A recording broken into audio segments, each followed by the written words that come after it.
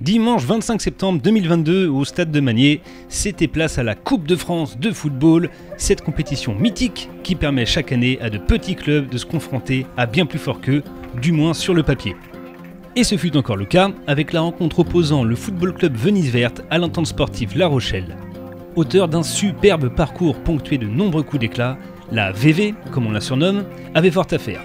En effet, 5 échelons séparent les deux formations. 3e division de district pour les locaux, Régional 1 pour les Rochelais. Une fois encore, David reçoit Goliath dans une ambiance toujours particulière. Mission impossible ? Non. La réalité du terrain a prouvé à de nombreuses reprises qu'il n'y a pas besoin de s'appeler Tom Cruise pour y remédier. Et c'est plein d'espoir que joueurs et public se préparent pour cet événement.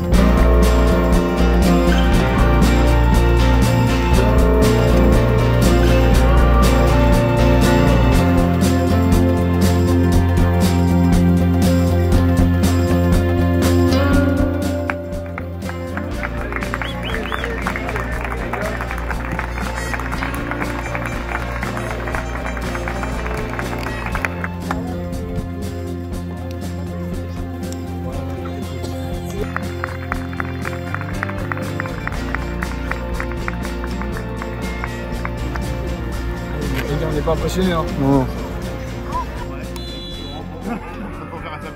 Emmenés par leur capitaine, Ronan Biget, ancien joueur professionnel, et poussé par un public venu nombreux assister à cet événement, le Petit Pousset n'entame pas la rencontre en victime expiatoire.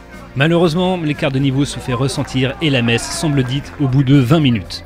En effet, les visiteurs mènent déjà 3-0. Mais la beauté de cette compétition, c'est aussi l'abnégation, et la VV n'en manque pas. Malgré le score, les verts et blancs continuent de tout donner, parvenant à se procurer quelques situations et en limitant les dégâts jusqu'à la pause. 3-0 au coup de sifflet de l'arbitre. Au retour des vestiaires, la dynamique reste la même. Ça tient pour la VV. Cependant, la maîtrise des joueurs de Régional est incontestable. Et la fatigue aidant, au fil des minutes, ce sont 3 buts supplémentaires qui sont ajoutés. Malgré l'ampleur du score, les deux Sébriens ne lâcheront absolument rien. Et ils feront preuve de beaucoup de courage en se battant jusqu'au bout. Coup de sifflet final donc sur ce score de 6-0. Pas de nouveau miracle donc, mais l'essentiel est ailleurs. Fabrice Fontaine, entraîneur de La Rochelle et régional de l'étape, livre ses impressions sur l'outsider du jour. Alors moi je suis content pour mes joueurs bien sûr, mais je suis content pour le club d'avoir pu, de la VV, d'avoir pu mettre en place un événement, de ramener les jeunes, les petits, de vivre ça. C'est dommage pour eux de s'arrêter en si bonne route. Maintenant ils ont le championnat.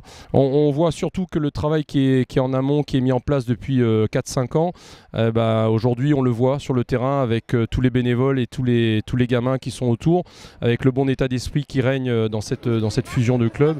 On voit qu'il y a un élan qui est mis en place et il faut que cet élan aboutisse maintenant, je te dis, sur moi je les connais bien, donc sur la montée en fin de saison. Ils ont failli le faire la saison dernière, donc naturellement je leur souhaite la montée cette année.